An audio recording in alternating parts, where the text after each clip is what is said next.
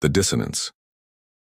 The rain tapped against the window of Nikolai Vronsky's penthouse apartment like distant applause, a sound he had grown accustomed to ignoring. At 42, he had conducted symphonies in every major concert hall across Europe and America, his name synonymous with musical perfection and uncompromising standards.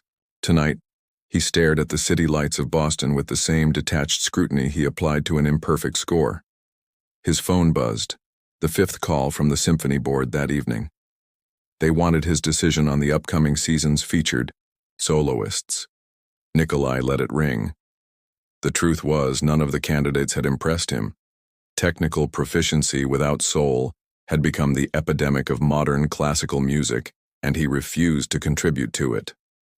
"Another drink, sir?" His housekeeper, Mrs. Abernathy, appeared with the discretion of someone who had learned to navigate his moods. "No, I'm heading out." The decision surprised even him. It was nearly midnight, but the walls of his perfectly appointed home felt suddenly confining.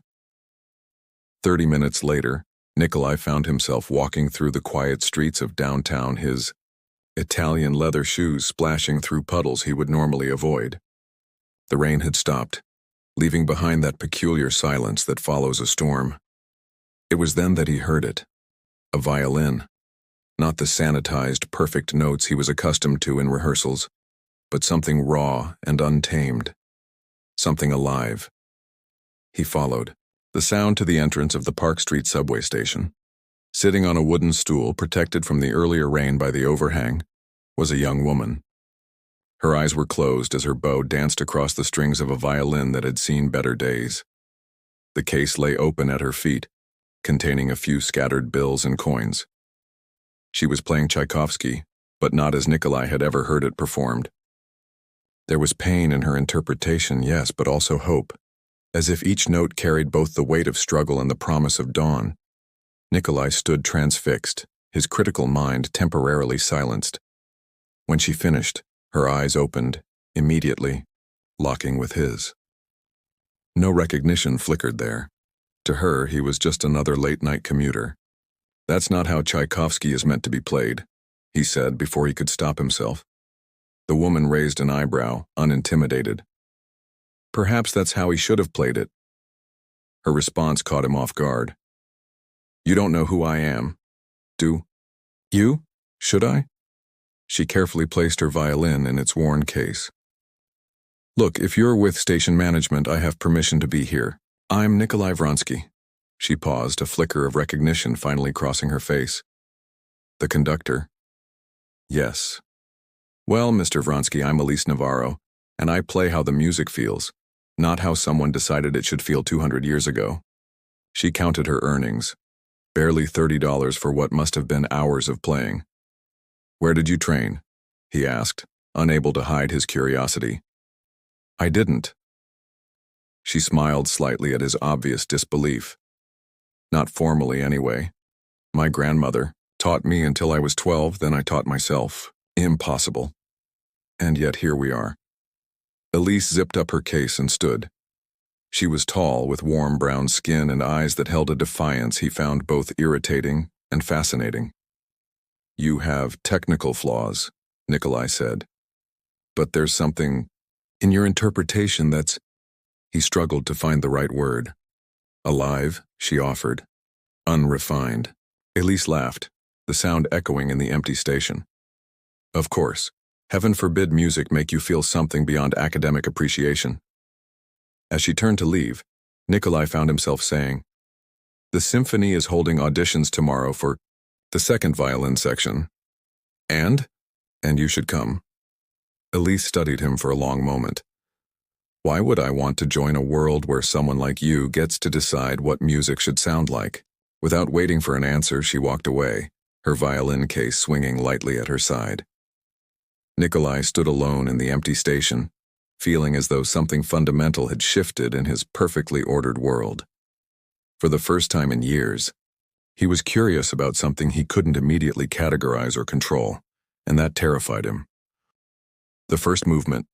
The Boston Symphony Hall gleamed under morning light, its polished wood and brass fixtures reflecting centuries of musical tradition. Nikolai sat center stage, a cup of black coffee cooling beside him as he reviewed applications from the day's auditioners. The selection committee, 3 retired musicians and the symphony's artistic director, chatted quietly behind him. 16 candidates today, Gloria Chen, the artistic director, reminded him. Try not to make anyone cry this time. Nikolai didn't respond. His reputation for reducing musicians to tears was well earned but misunderstood. It wasn't cruelty that drove him. It was the pursuit of excellence. Music deserved nothing less. The morning dragged on, each candidate technically proficient but uninspiring. By noon, Nikolai's patience had worn thin. He checked his watch during the 14th audition, wondering if the street musician from last night would actually appear. That's all for today, Gloria announced after the 16th candidate departed. Unless... The door at the back of the hall creaked open. Elise Navarro stood there, violin case in hand, wearing a simple black dress that had seen better days. Her hair was pulled back in a neat bun, revealing a face set with determination. I'm here for the audition, she said, her voice carrying across the empty hall. Gloria glanced at her clipboard. Your name isn't on the list. She's here at my invitation, Nikolai said, surprising everyone, including himself. Whispers rippled through the committee as Elise walked confidently to center stage. Up close, Nikolai noticed details he'd missed in the dim subway light. A small scar above her left eyebrow, hands calloused from work beyond violin playing, and eyes that held both wariness and resolve. What will you be playing for us? Gloria asked. Bach's Chaconne from Partita No. 2. Nikolai raised an eyebrow. One of the most technically and emotionally demanding pieces in the violin repertoire, a bold choice that bordered on arrogance. Elise positioned her violin, took a breath, and began. The first notes were tentative, almost as if she were greeting an old friend cautiously. Then, as the piece progressed, that same raw emotion Nikolai had heard in the subway emerged. She played without the mechanical precision of conservatory training, yet with an intuitive understanding of Bach's architecture of grief and transcendence. In places, her technique faltered, but in others, she achieved something the 16 previous candidates had not. She made them feel. When she finished, silence hung in the air. Gloria was the first to speak. That was interesting, she said carefully. Where did you study? I didn't, Elise replied. Not formally. The committee exchanged glances. Everyone here has at least a bachelor's in music performance. One of the retired violinists noted. I don't have that privilege, Elise said simply. What I do have is 15 years of playing wherever I could, learning whatever I could, and understanding music not as an academic exercise but as a living language. Ms. Navarro, Nikolai interjected, would you mind stepping outside while we deliberate? When the door closed behind her, the committee erupted. Absolutely not. No formal training. We have standards. The donors would never understand. Nikolai listened, letting them exhaust their objections. When silence finally fell, he spoke. We've been losing audience share for 3 consecutive seasons. Our subscribers are aging, and young people aren't replacing them. We keep playing the same pieces the same way, wondering why the world is losing interest. He paused. She's flawed, but she's also exactly what we need. She needs years of training, Gloria argued. Then we'll train her. I'll work with her personally. The committee stared at him in disbelief. Nikolai Vronsky, who refused to give private lessons even to prodigies, offering to mentor an untrained street musician? This is unprecedented, Gloria said finally. So is our declining relevance, Nikolai countered. We take a chance or we continue our slow march toward obsolescence. 20 minutes later, Nikolai found Elise sitting on the steps outside, her case balanced on her knees. Ms. Navarro. She looked up, sunlight catching in her dark eyes. Mr. Vronsky, the committee has made a decision. He sat beside her, maintaining a careful distance. We're offering you a conditional position in the second violin section. Elise's expression remained guarded. Conditional on what? On your willingness to work with me. Private lessons 3 times a week. She laughed, the sound both bitter and surprised. You? Teach me? Is that so difficult to imagine? Yes, she said bluntly. You represent everything about classical music that keeps it locked in an ivory tower, inaccessible to people like me. Nikolai felt a flare of irritation. And yet here I am offering you a key to that tower. Why? Her question was direct, her gaze unflinching. The truth was, he wasn't entirely sure himself. Because you play with something most trained musicians have lost. But without proper technique, it will never reach its potential. Elise stood, looking down at the man who represented a world that had always excluded her. And if I accept, what happens to how I play? To what makes my music mine? That, Nikolai said quietly, is what we'll discover together. For a long moment she said nothing. Then, with the same decisiveness with which she attacked Bach's Chaconne, she extended her hand. Lessons start tomorrow, she said. But understand this. I won't let you strip the soul from my playing, even if it means walking away. As Nikolai took her hand, he felt as though he'd just made a deal with a force he couldn't quite comprehend. What began as curiosity had become something more complicated, a challenge to everything he thought he knew about music and perhaps about himself. The crescendo. The practice room felt smaller whenever they shared it. 3 weeks into their arrangement, Elise and Nikolai had established an uneasy rhythm. 2 hours of intense instruction, 3 times weekly, punctuated by passionate disagreements that echoed down the symphony hall corridors. Again, Nikolai demanded, stopping her mid-phrase. Your bow control in the pianissimo sections lacks consistency. Elise lowered her violin, frustration evident in the tight set of her shoulders. I was expressing the uncertainty in the passage. You were covering technical inconsistency with emotional flourish, he countered. Maybe emotion is more important than technical perfection. Maybe without technical foundation, your emotion is just indulgent chaos. They stared at each other, the familiar impasse stretching between them. These confrontations had become their routine, his clinical precision clashing against her intuitive approach. What neither acknowledged was how each secretly anticipated these sessions. For Nikolai, they were the only moments in his week that felt unpredictable. For Elise, they represented both validation and challenge, someone finally taking her seriously enough to demand more. 5-minute break, Nikolai announced, checking his watch. Elise set down her violin and moved to the window overlooking Boston Common. October had painted the trees in brilliant golds and crimsons. Nikolai watched her profile against the autumn light, noticing how she unconsciously matched her breathing to the rhythm of falling leaves. Why did you choose music? He asked suddenly. The question surprised them both. In 3 weeks, they'd barely ventured beyond technique and repertoire. Elise turned, studying him as though deciding whether the question deserved a genuine answer. I didn't choose it, she said finally. After my parents died, I went to live with my grandmother in a tiny apartment above a convenience store. The only thing of value she owned was her violin. Her fingers traced invisible patterns on the windowsill. When she played, the walls of that apartment disappeared. We weren't poor immigrants anymore. We were wherever the music took us. Something shifted in Nikolai's expression. And you? I was 10 when she first put the violin in my hands. By 12, when she died, it was the only thing I had left of her. Elise's voice remained steady, but her eyes revealed old pain.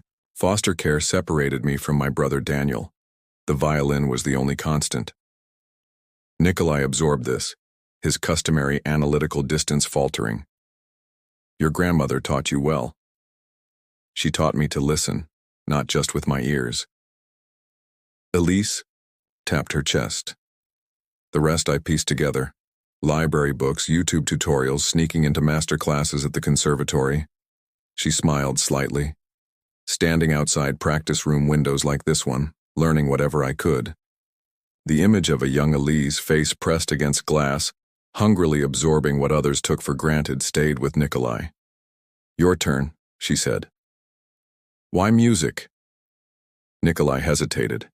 No one had asked him this question in years. My father was a factory worker who worshipped Tchaikovsky. He saved for years to buy a turntable and records. He moved to the piano, pressing a key absently. I was expected to continue the family trade, but my father noticed how I would stand transfixed whenever the symphony played on radio. He supported you?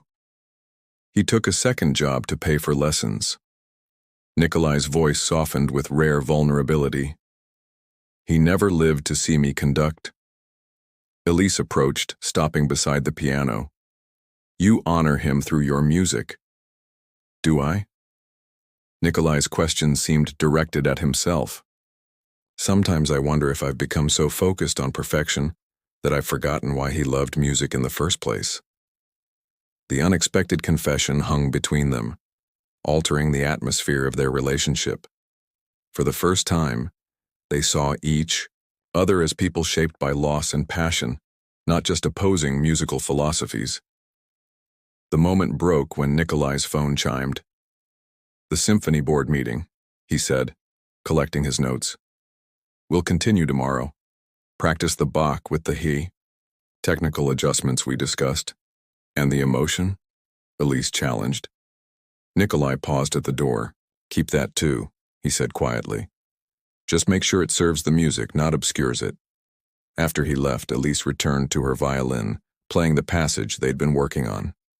This time she incorporated his technical guidance while maintaining her emotional interpretation, a small but significant bridge between their worlds. The board meeting dragged interminably. Nikolai found his attention drifting as financial reports and marketing strategies were discussed. His thoughts kept returning to the practice room, to unfinished conversations and unresolved musical questions. Now, about our newest addition, the board chairman said, recapturing Nikolai's attention. Mr. Vronsky, we understand you personally vouched for Ms. Navarro despite her unconventional background. I did. There have been concerns, the chairman continued. Several patrons were disturbed to learn we've hired someone without formal credentials. Principal donors expect certain standards. Nikolai felt a familiar irritation rising. They expect excellence. Ms. Navarro delivers that, albeit in unexpected ways. Nevertheless, the chairman persisted, we're considering moving her to a less visible position until she's properly seasoned. Perhaps the youth outreach program? Absolutely not. Nikolai's voice cut through the room. She auditioned for the orchestra. She earned her place there, and there she will remain. Gloria Chen studied him with newfound curiosity. You've become quite the advocate, Nikolai. This is unexpected. Was it? Nikolai himself couldn't pinpoint when his professional gamble had become personal conviction. Ms. Navarro represents exactly what this institution claims to value. Extraordinary talent and dedication overcoming extraordinary obstacles. He gathered his papers. If we sacrifice that principle for donor comfort, we deserve our increasing irrelevance. Leaving the stunned boardroom, Nikolai walked briskly through the corridor where the orchestra members' photographs hung. He stopped at Elise's newly installed portrait, noting how uncomfortable she looked in formal attire, how her eyes challenged the camera as they often challenged him. His phone buzzed with a message from her, made the technical adjustments. The Bach sounds. Different now. Better, actually. Don't let it go to your head. A smile, rare and genuine, crossed Nikolai's face as he typed his reply. Progress at last. Tomorrow we begin Brahms. Prepare accordingly. What he didn't write was how their conversation had lingered with him, how her story had cracked something within his carefully constructed walls. Music had saved them both, albeit in different ways. Perhaps there was wisdom in both their approaches, her raw emotional honesty and his technical discipline. As Nikolai left the building, Boston's autumn twilight surrounded him. For the first time in years, he felt something stirring beneath. His professional persona, something unpredictable and alive, something dangerously close to inspiration. The cadenza. The Boston Symphony's annual winter gala transformed Symphony Hall into a glittering spectacle of wealth and prestige. Crystal chandeliers cast prismatic light over benefactors in evening wear, their conversations forming a gentle susurration beneath the chamber ensemble's performance. Nikolai moved through the crowd with practiced ease, exchanging pleasantries with donors whose names were engraved on various parts of the building. After 8 weeks of intense preparation, tonight marked Elise's debut performance with the full orchestra and her first solo. It had been his idea. When the scheduled soloist withdrew due to illness, Nikolai had proposed Elise perform the Mendelssohn Violin Concerto's final movement. The board reluctantly agreed, seeing an opportunity to showcase their commitment to nurturing diverse talent, a phrase that made Elise roll her eyes and Nikolai silently concur. "Quite the risk you're taking," remarked Frederick Harrington, the symphony's largest benefactor, as he intercepted Nikolai by the champagne fountain. "Is she ready? More than ready?" Nikolai replied with a confidence he genuinely felt. Harrington swirled his drink. "Gloria tells me you've been spending an unusual amount of time with this girl. 3 private sessions weekly? Plus evening. Rehearsals?" Something in the man's tone set Nikolai on edge. Ms. Navarro requires intensive technical refinement to match her natural talent. "Of course," Harrington smiled thinly, "though one wonders if your interest is entirely professional." Before Nikolai could respond, the lights dimmed for the 5-minute call. He excused himself, retreating backstage where the orchestra members prepared. He found Elise in a small alcove, eyes closed, violin held loosely at her side. "Nervous?" he asked, her eyes opened.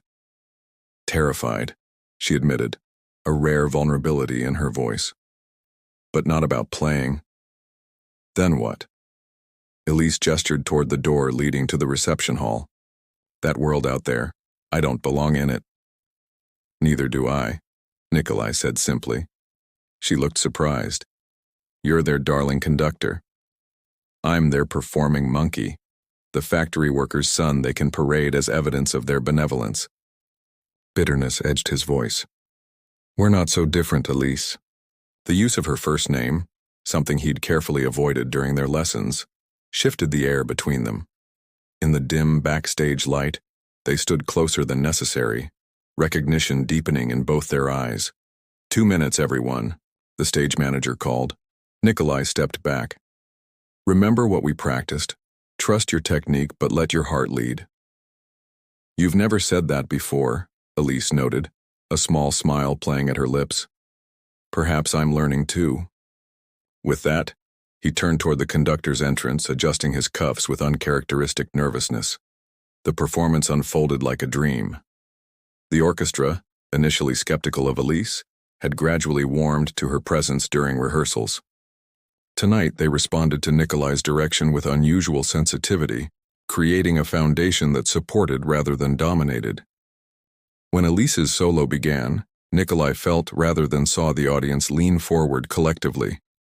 She played with technical precision that would have been impressive from any conservatory graduate, but she played with something else too, something that couldn't be taught or rehearsed. As the final notes soared through the hall, Nikolai caught Elise's gaze across the orchestra. In that moment of shared triumph, something unspoken passed between them. Pride, certainly, but also a recognition of possibility that extended beyond music. The audience erupted into applause. Nikolai gestured for Elise to take a solo bow, watching as she stepped forward, momentarily overwhelmed by the standing ovation. When she turned to acknowledge him, her smile contained a gratitude that touched something long dormant within him. CO. Reception afterward buzzed with excitement. Critics cornered Nikolai, pressing for details about his discovery. Donors who had questioned his judgment now claimed they'd always supported his vision. Through it all, he kept Elise in his peripheral vision, watching as she navigated conversations with careful poise. "Maestro Vronsky," called a familiar voice.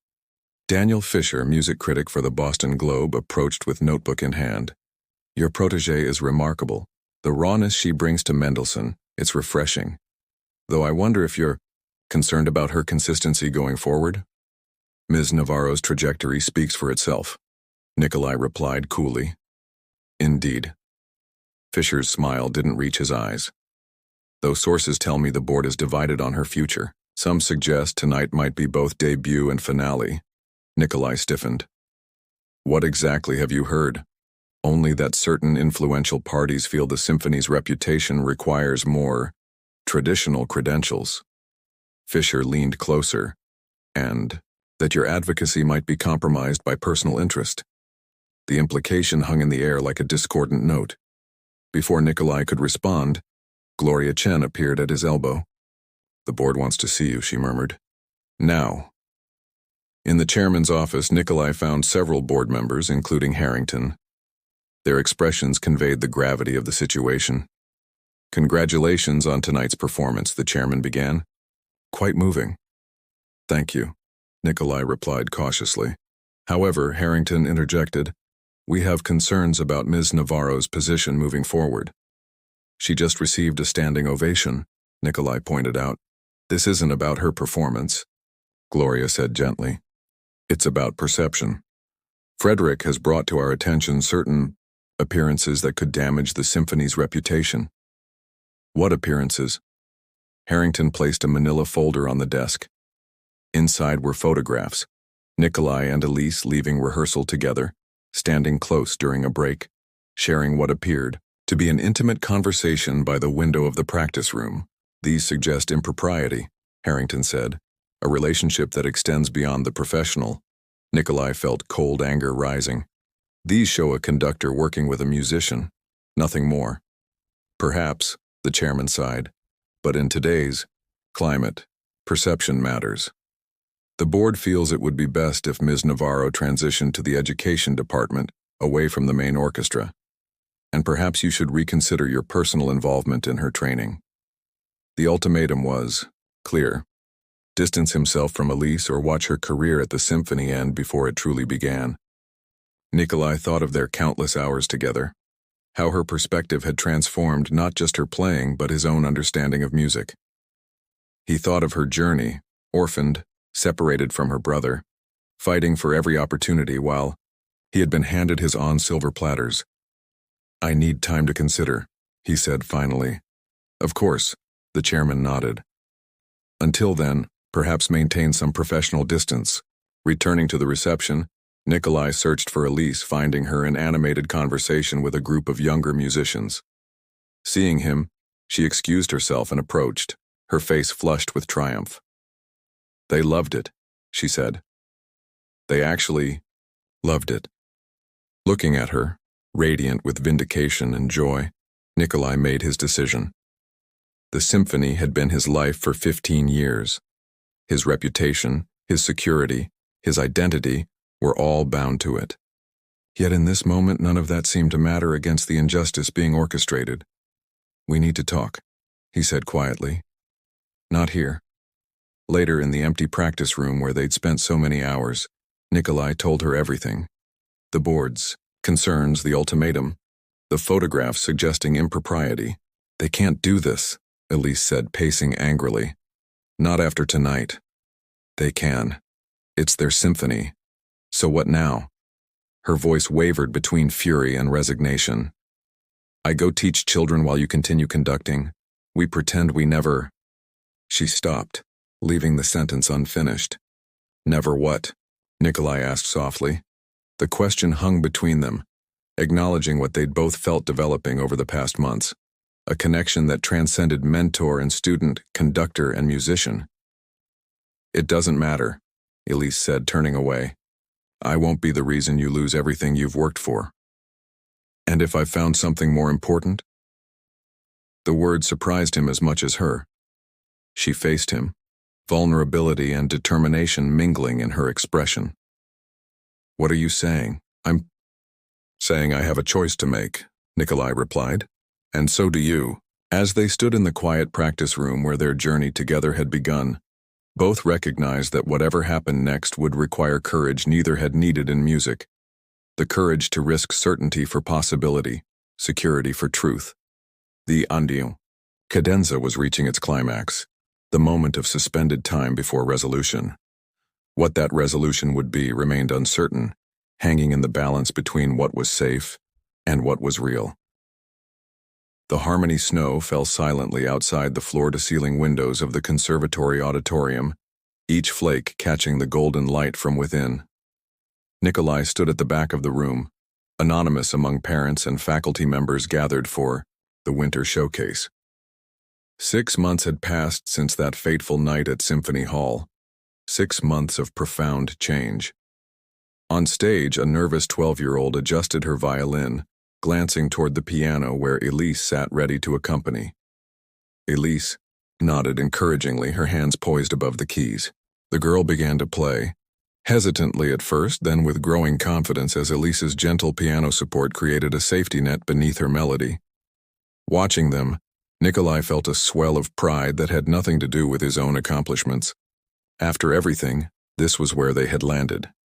Elise teaching at the Gardner Community Music School she had founded with his help, bringing classical training to children who would otherwise never access it. Children like she had once been. The showcase continued with students of varying ages and abilities. Some played with technical precision, others with raw emotion, but all with the same focused attention Elise gave to every performance, whether at Carnegie Hall or in this modest auditorium. When the final student finished, thunderous applause filled the room. Parents surged forward to congratulate their children while Nikolai remained in place, watching as Elise moved among her students, offering specific praise to each. She hadn't noticed him yet. He'd arrived late, slipping in just as the program began. She's remarkable, isn't she? Nikolai turned to find Daniel Navarro beside him. Elise's brother had returned to Boston 4 months ago, after learning of her whereabouts through the publicity surrounding her symphony debut and subsequent departure. Beyond remarkable, Nikolai agreed. Daniel studied him with the same direct gaze his sister possessed. She told me what you gave up. Nikolai shook his head. I gave up nothing of real value. The truth was both simpler and more complex than the rumors that had circulated through Boston's musical community. After that night in the practice room, Nikolai had made his choice with clarity that surprised even himself. He resigned from the symphony rather than compromise on Elise's position or their relationship. The board, stunned by his decision, had offered concessions, but by then both he and Elise had recognized a different path forward. With his reputation, connections, and a portion of his savings, they established the Gardner Community Music School in Elise's old neighborhood. Its mission was radical in its simplicity: bring world-class musical education to students regardless of background or means. They secured grants, recruited teachers willing to work for passion rather than prestige, and transformed an abandoned community center into a place where talent could flourish without privilege as a prerequisite. She misses you, Daniel said, interrupting Nikolai's thoughts. Though she'd never admit it, their professional partnership had continued seamlessly. Nikolai taught advanced students and handled administrative matters while Elise focused on curriculum development and primary instruction. But the personal connection that had begun to blossom at Symphony Hall had been carefully set aside, both agreeing that the school needed to establish its reputation without complications. The school is doing well, Nikolai said, changing the subject. Enrollment has doubled since fall. I'm not talking about the school. Daniel's expression softened. Life's too short for unnecessary distance, Nikolai. My sister learned that too young. Before Nikolai could respond, Daniel moved away toward a group of parents, leaving him alone with thoughts he'd been avoiding for months. The crowd gradually dispersed until only a few students remained, helping Elise arrange chairs for tomorrow's classes. Nikolai stepped forward, finally entering her line of sight. She faltered mid-sentence, then quickly composed herself. Nikolai, I didn't know you were coming. I wouldn't miss it. He gestured toward the now empty stage. They were extraordinary, especially Zara's Bach. She practiced that piece for months. Pride colored Elise's voice. These kids work twice as hard because they understand the opportunity they're being given. An awkward silence fell between them, familiar yet foreign after their months of careful professionalism. Students, thank you for your help, Elise said, turning to the remaining children. That's enough for tonight. Remember, chamber group rehearsals start at 4 tomorrow. As the last students departed with waves and cheerful goodbyes, Elise and Nikolai found themselves truly alone for the first time in months. She moved to the piano, closing the fallboard with deliberate care. "I received an interesting call yesterday," she said without looking up. "The Pittsburgh Symphony. They're looking for a new music director." Nikolai felt a strange mixture of pride and loss. "You should take it." "Not me." Now she met his eyes. "They called about you." Oh. The possibility hadn't occurred to him. After his departure from Boston, he'd assumed his conducting career was effectively over. "I'm not interested." "Why not?" "It's a prestigious position. Everything you worked for." "Not everything," he said quietly.